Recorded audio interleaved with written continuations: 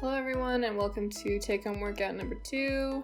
I know there's a little bit of a delay between the last one, but don't worry about it. Alright, we're going to start with our warm-up, and for our first exercise we're going to be doing jumping jacks.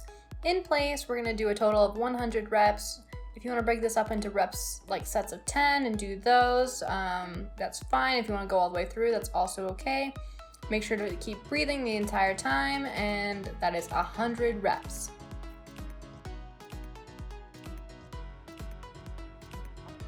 Our second exercise for warm-up is going to be a guarding stance, knee up, and then reset. So you're going to sit in your guarding stance, left or right leg in front first, doesn't really matter.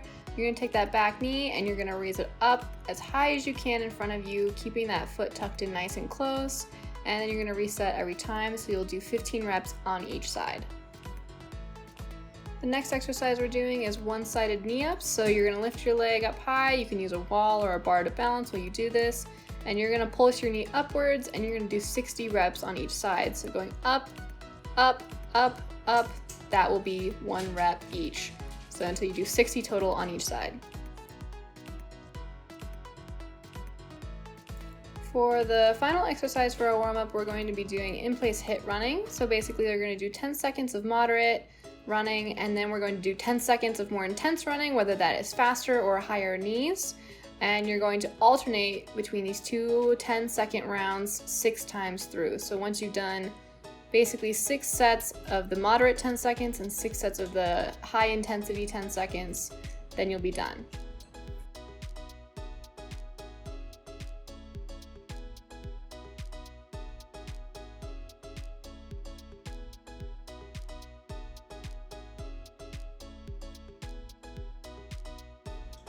For the next section of the workout, we're going to be doing some flexibility stuff, since I was just stretching out a little bit after our warm-up. So we're going to start with hip flexor stretch, and from here what you're going to do is you're going to take your hand closest to your knee and you're going to reach that up as high as you can, really twisting the spine, pushing that hip down.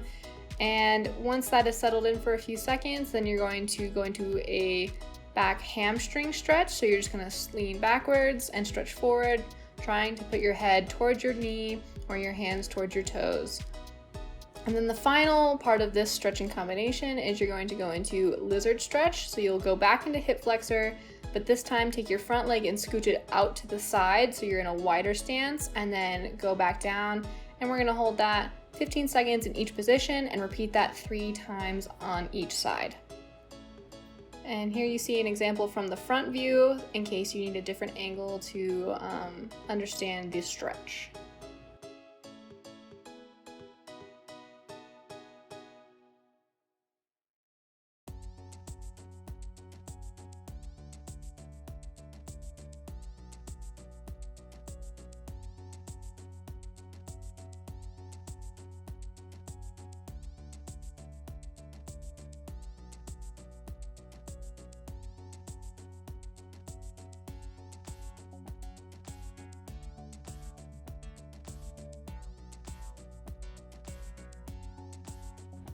For the next set of stretches, we're going to be seated pike stretch. So you're going to sit down and have both feet out in front of you. We're going to start with pulling the toes back towards us and stretching forward. You're going to hold that position for about 30 seconds. From here, you want to make sure that you're not bending at the spine, but that you are encouraging the stretch to happen from the legs and from the hips. So trying to keep your spine as straight as possible and pushing your entire upper body forward is what will help get a better stretch. After you've done 30 seconds with your toes pulled back, go ahead and point them and stretch forward one more time for another 30 seconds, and you're going to repeat those 2 exercises 2 times. The next exercise you're going to do is frog stretch. We're going to hold this for 1 minute in this position. So you're just going to spread your knees, have your feet kind of at a 90-degree angle coming off of your legs, and we're just going to hold this position for 1 minute.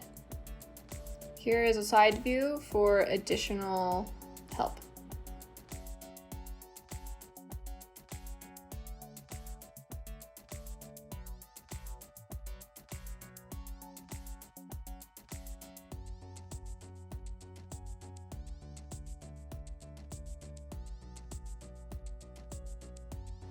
For these next set of stretches, if you would like to use a yoga mat or a pad, or if you're on carpet, that's great. If you're not on carpet, I would advise something to brace underneath your knees. So you see me here running off camera.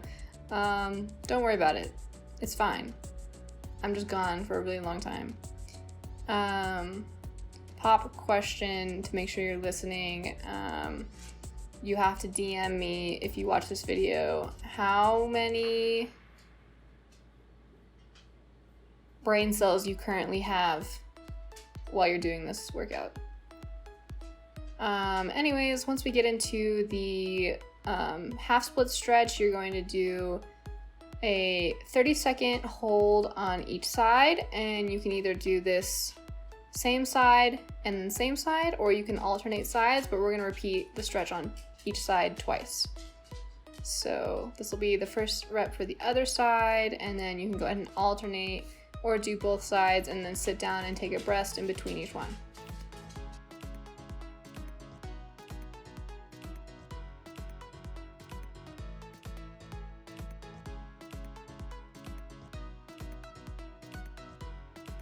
For the last stretch, we're going to have our feet flat on the floor and our legs underneath our hips. We're just going to bend down straight forward and touch our toes. Try and keep your legs straight here. If you need to stay up a little bit higher, do so. We want to try and keep that back as straight as we can. Again, bending from the hips and not bending from the back. We're going to go ahead and move on to the strength section of the workout. And for the strength section, we're going to be doing 4 exercises for 3 sets. So the first exercise, we're going to be doing tuck jumps, and we'll be doing 20 reps of those. Make sure when you're doing tuck jumps, you can go as fast or as slow as you need. Try and push off the balls of your feet and lift up the knees as high as you possibly can. If you need an alternative version of the exercise, you can do alternating knee lifts instead. The second exercise in this progression is going to be a push-up progression. You're going to do 5 reps of each type of push-up. So you're going to do first 5 reps of your normal push-up, hands under the shoulders. Then you're going to do 5 reps of wide set push-ups, so your hands will be wider than your shoulders. And then the third set will be diamond push-ups. You can do these from your knees, depending on your arm strength. And here's a side view so that you can see the different hand adjustments. Wide set, and then the diamond, your hands are together, forming a diamond with your hands. The next exercise we're going to do is hip thrusts. You're going to do 30 reps. So make sure you have your feet tucked underneath your knees, and then what you're going to be doing is pushing your hips up towards the sky, engaging the glutes and your legs and your hamstrings as you push up. So really try and squeeze your butt cheeks together. I know it sounds silly, but it'll help activate those muscles that we need for kicking. And you want to push your hips all the way up so that you have a flat tabletop between your abs and your hips and your thighs. You want to make sure that when you're doing each rep that you really try and sustain the hold for at least a second or two at the top of the movement, just to get that extra flexion in there with your muscles.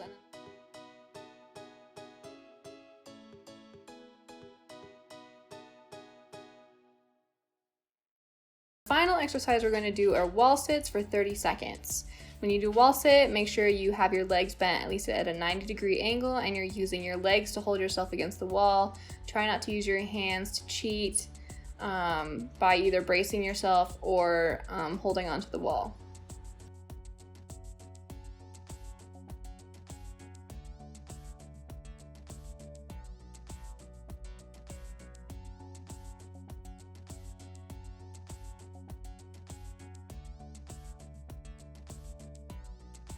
The next section we're going to do is the strength section for our kicks. So for this, you might need a wall or a bed frame or a chair, something to hold on to. In this case, I have a super lovely trash can. And we're going to use this for balance. So the first thing we're going to do is front kick extensions. So you're going to lift your knee up into front kick position, and then from there slowly extend the leg, making sure to engage all of the muscles at the extension of the kick, and then retract it. And you're going to keep your leg up the entire time as we do 30 reps on each side. Try and do this as high as you possibly can. Waist height, if not higher, is optimal for really getting that kicking strength put up. For the next exercise, we're going to be doing front kick swings. So from here, you're going to be having your leg tucked in nice and tight for front kick position. You can see that I kind of pulled my foot closer to my leg to really emphasize you want to keep your leg tucked the entire movement, and you're going to start with your knees basically down low together, and then swing all the way up as high as you can as if you were going to do a front kick. If needed, you can place a pen in the crook between where your knee is bent on the leg that is moving for an additional challenge to ensure that you're squeezing your leg together tight enough. For the third exercise, we're going to be doing side kick hip thrust. So from here, you're going to get into side kick position. Knee is tucked nice and close to the chest, foot is prepped and ready to push out. And from here, you're going to make sure your foot is pointed towards the chair or wall that you are using for balance. And you're going to push your hips forward towards where you would be kicking. So if you're going to be kicking straight forward, you want to make sure your hips are going to be pushed that way to help train the muscles to add extra power into your kick. You don't want to have your foot in line with your aim, since that would be more of a roundhouse kick position. This entire section, we're going to repeat 2 times. Onto the technique section, we're going to be doing 3 exercises and then some poomsae practice. So for the first exercise, we're going to be doing a low roundhouse kick, raising to a high roundhouse kick, and snap. So you're going to snap to a low roundhouse kick, raise the kick as high as you can, and then do a second kick at the top. So you're going to start low, raise, and kick, and you're going to do 10 reps on each side.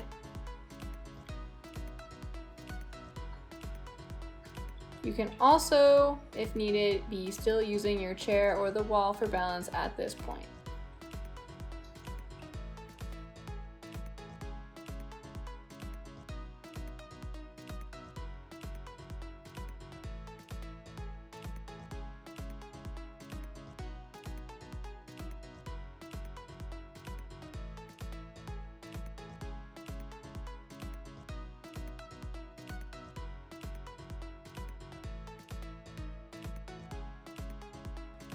For this next exercise, we're going to be doing a front kick riser and kick. You're going to start low in front kick position, lift it as high as you can, and then front kick snap high. So the same concept as what we did with roundhouse kick, but now we're doing a front kick instead. You're going to do 10 reps on each side.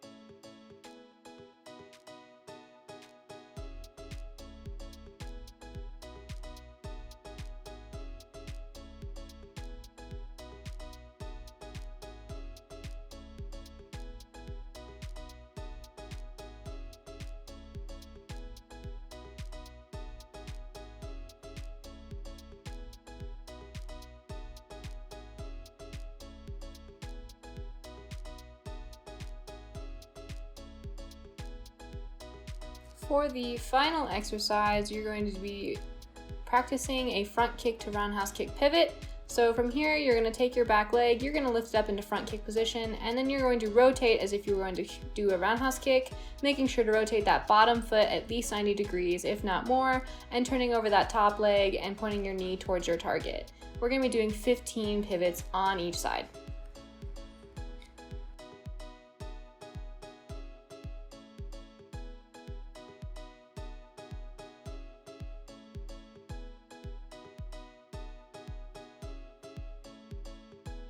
And finally, for the last part of the section, we're going to be practicing Taguk 1 or Taguk Iljang, the first form. So Chiap attention, Kyunne, bow, and we're going to Chimbi, ready position. So keep in mind that my image is going to be the opposite.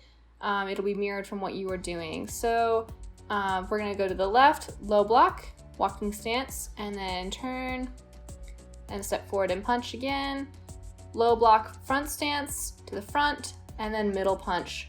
So one more time, we're going to be doing a low block to the left in a walking stance. I'm demonstrating pointing forward. You want both legs to be straight, hand comes up to the shoulder and swings back down. And we'll pivot to that left side, not in a bent leg front stance. So we'll start with that walking stance. Make sure it's at least one of your foot lengths long. Step forward into another walking stance, middle punch. So walking stance, walking stance. Then from here, you're gonna take your front leg and you're gonna pivot over your right shoulder all the way around so that that leg is now in front on the other side, and step forward and punch. So we're gonna repeat the same moves on the opposite side. From there, you're gonna take your left leg, move it towards the front in front stance, and then right hand will do the reverse middle punch. Remember, my image is reversed, and so you will have to do a little bit of thinking to make sure you're doing the right hand and the right leg, but we'll be going the same directions. So you'll do front stance to the front, that's a bent leg stance, it's longer than walking stance, low block, and then that middle punch.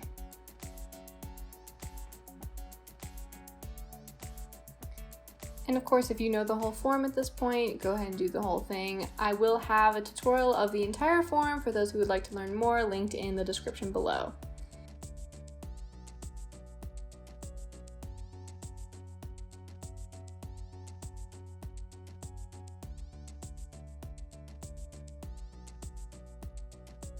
And the last section of our workout is going to be the cool down. So we're going to be seated in our straddle stretch.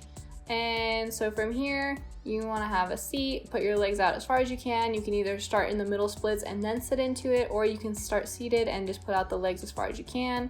We're going to stretch the center first, and we're going to hold it for 15 seconds.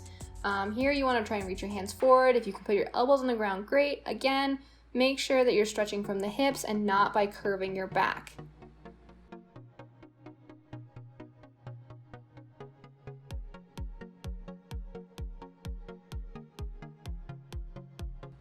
After this position, we're going to move to the left side and we're going to hold that for 15 seconds, and then you'll follow that with the right side, 15 more seconds, and then back to center for another 15 seconds.